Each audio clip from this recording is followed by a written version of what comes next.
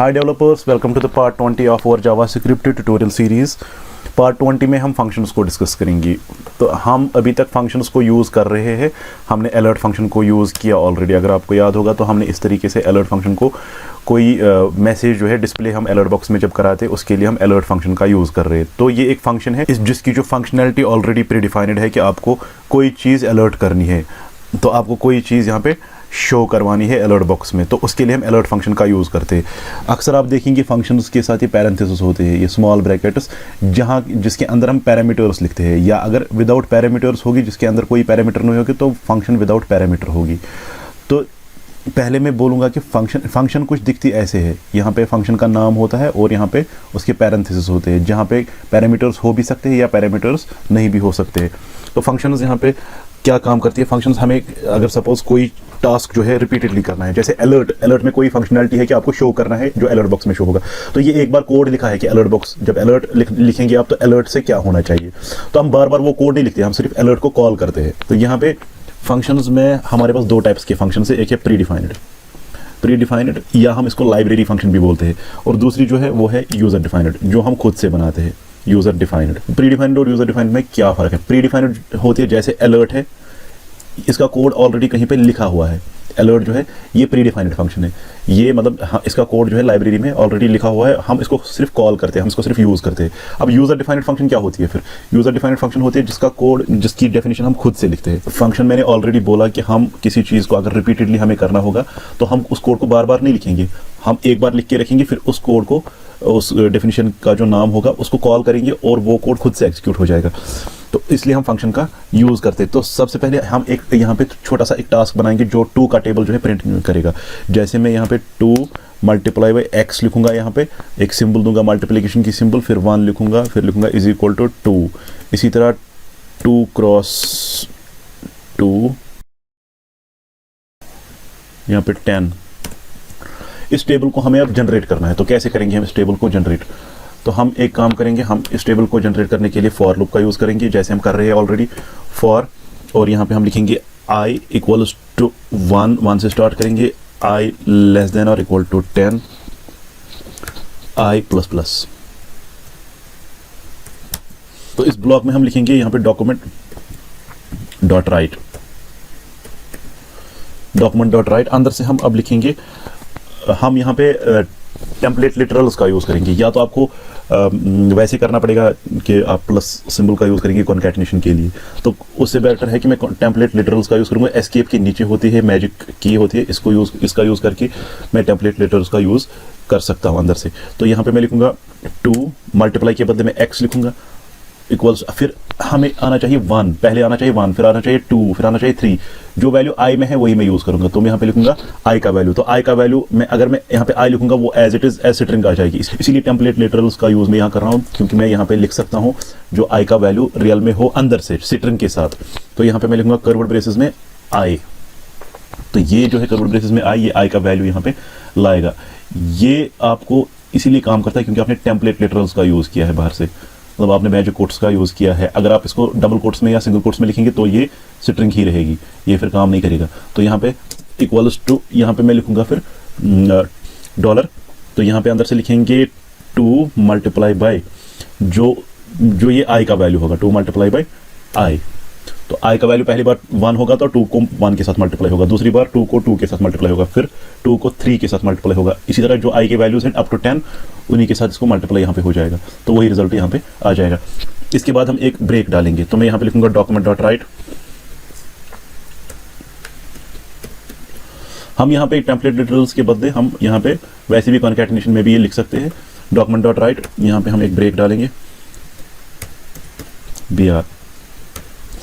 इसका हम अगर रिजल्ट देखेंगे तो इसको रिफ्रेश करके यहाँ पे देख लेते हैं, तो यहाँ पे 2 का टेबल जो है वो जनरेट हो गया, 2 1s 2 2s 2 3s up to 10। Okay, तो ये हमने लिखा। हमें अगर बार बार ये चीज़ चाहिए, हम इस कोड को मत बार बार लिखेंगे। सपोज हम यहाँ पे लिखेंगे, हम यहाँ पे लिखेंगे सपोज कोई भी स्टेटमेंट यहाँ पे लिखेंगे। मैं लिखूंगा यहाँ पे डॉक्यूमेंट डॉट राइट,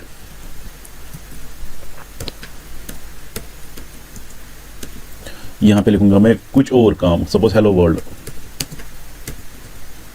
तो मैंने यहाँ पे डॉक्यूमेंट डॉट राइट लिखा हेलो वर्ल्ड। उसके बाद मुझे याद आता है कि मुझे फिर से यही फिर से यही काम करना है, यही लिखना है फिर से। तो मैं इसका क्या करूँगा, फिलहाल के लिए मैं इस कोड को कॉपी करूंगा या इसको दोबारा यहाँ पे लिखूंगा, ये सारी लाइन्स में यहाँ पे लिखूंगा, जो सही तरीका नहीं है।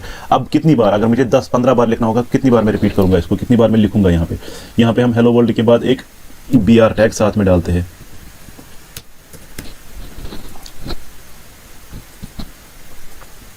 तो ये हो गया, BR टैग की वजह से नीचे आ गया। यहाँ पे देख सकते हैं आप, पहले हमें ज़रूरत पड़ी, हमने यहाँ तक लिखा, उसके बाद कुछ हम अपना काम कर रहे थे हेलो वर्ल्ड, उसके बाद हमें फिर से यही काम करना था, तो हमने इसको ऐसे लिखा।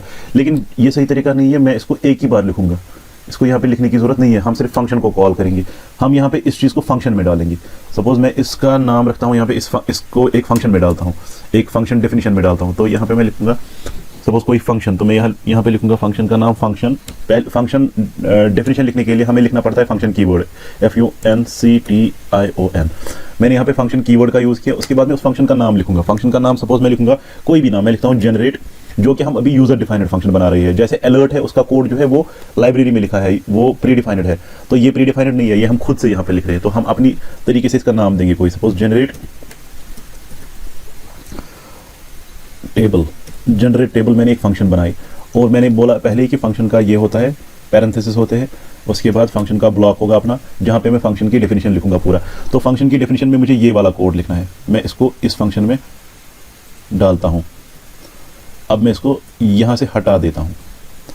अब मैंने फंक्शन डेफिनेशन लिख दिया, फिलहाल के लिए मैं इसको भी कमेंट आउट कर लेता हूँ।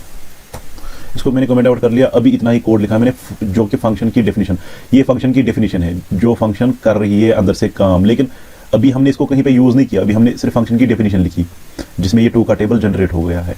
अभी मैं इसको सेव अगर करूँ, यहाँ पे देख लेते, अभी कुछ होगा नहीं, अभी यहाँ पे कुछ नहीं आ रहा है, क्योंकि हमने अभी इसको यूज़ ही नहीं किया। हमने तो डिफाइन किया फंक्शन में ये होना चाहिए, जिस तरह अलर्ट का कहीं पे लिखा है, लेकिन अलर्ट जब हम लिखते हैं तभी जाके अलर्ट आता है। जब हम ये लिखेंगे जनरेट टेबल, तभी जाके ये टेबल आ जाएगा। तो हम यहाँ पे इस टेबल का जो है ये, इसको यूज़ करेंगे, इसको कॉल करेंगे। तो मैं यहाँ पे जनरेट टेबल को कॉल करता हूँ। तो इससे पहले भी मैं कॉल कर सकता हूँ, इसके बाद भी मैं कॉल कर सकता हूँ। मैं पहले सपोज यहाँ पे कॉल करता हूँ, जनरेट टेबल फंक्शन को मैं कॉल कर रहा हूँ। तो जब मैं जनरेट टेबल फंक्शन को कॉल कर रहा हूँ, तब जाके ये एक बार लिखेगा, क्योंकि मैंने इसको एक बार कॉल किया। यहाँ पे रिफ्रेश इट, तो यहाँ पे टेबल एक बार आ गया। उसके बाद मैं कोई और टास्क कर रहा हूँ, सपोज मैंने ये लिखा, इसको वापस से करते हैं, ये कमेंट्स हटा देते हैं इसके। उसके बाद मैंने हेलो वर्ल्ड लिखा, यहाँ पे रिफ्रेश करते हैं तो यहाँ पे हेलो वर्ल्ड आ गया। और उसके बाद मैं फिर से हेलो वर्ल्ड के बाद फिर से इसको कॉल करूँगा, जनरेट टेबल को फिर से कॉल करूँगा। जितनी बार आप कॉल करेंगे, अब आपको ये लिखने की ज़रूरत नहीं है, ये सारा कोड आपको फिर से लिखने की ज़रूरत नहीं है, आप सिर्फ इतना सा कॉल कर रहे हो बस। तो यहाँ पे मैं जनरेट टेबल को कॉल करूँगा, फिर से ये टेबल आ गया। एक ही बार कोड लिखा है, अब उसको बार बार हम यूज़ कर रहे हैं with the help of calling. तो यहाँ पे हम इसको कॉल कर रहे हैं, तो दूसरी बार आ गया। अब अगर आप तीसरी बार भी इसको कॉल करेंगे, जितनी मर्जी है आप उतनी बार इसको कॉल कर सकते हो। सपोज मैं यहाँ पे कंट्रोल V करके इसको कॉल कर रहा हूँ, तो यहाँ पे देखो आप फिर से एक और बार टेबल आएगा। देखो ये पहला है, ये दूसरा है, और ये तीसरा जो है इसी के साथ आ गया। तो आप 3 बार इस फॉर लूप को नहीं लिख रहे, आप सिर्फ कॉल कर रहे हैं जनरेट टेबल को। ये है, तो ये है फंक्शंस को कैसे हम, फंक्शंस की ज़रूरत क्यों होती है, क्योंकि हम चाहते हैं कि हम कोड एक बार लिखेंगे और उसको कई दफ़ा हम कॉल कर सकते हैं, हमें वो कोड दोबारा लिखने की ज़रूरत नहीं है। यहाँ पे हम एक चीज़ और कर सकते हैं, जो हमने यहाँ पे ये टेम्पलेट लिटरल्स लगाए हैं, हम चाहते हैं कि टेम्पलेट लिटरल्स के बगैर हम काम करें। तो हम यहाँ पे क्या करेंगे, टेम्पलेट लिटरल्स को हटाएंगे, डबल कोट्स लगाएंगे, और डबल कोट्स हम यहाँ तक लगाएंगे 2 मल्टीप्लाई बाई, और उसके बाद हम डबल कोट्स यहाँ पे लगाएंगे। फिर इसको हटाएंगे, यहाँ से आई का वैल्यू ऐसे लिखेंगे, फिर प्लस का यूज़ करेंगे, क्योंकि कॉन्कैटिनेट करना है हमें आई का वैल्यू इसके साथ।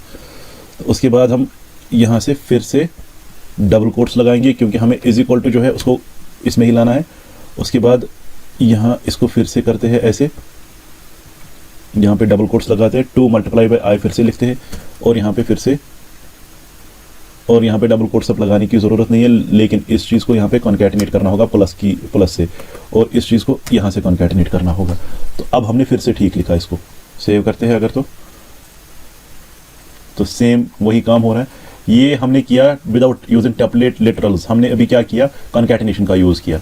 आज के इस वीडियो में हमने देखा कि फंक्शन को कैसे कॉल करते हैं, और नेक्स्ट वीडियो में जो है हम इन पैरामीटर्स को यहाँ पे डिस्कस करेंगे, पैरामीटर्स को कैसे भेजते हैं और क्यों भेजते हैं। उम्मीद है आपको ये वीडियो अच्छे से समझ में आई होगी। Thanks for watching and don't forget to subscribe our channel Indus technologies.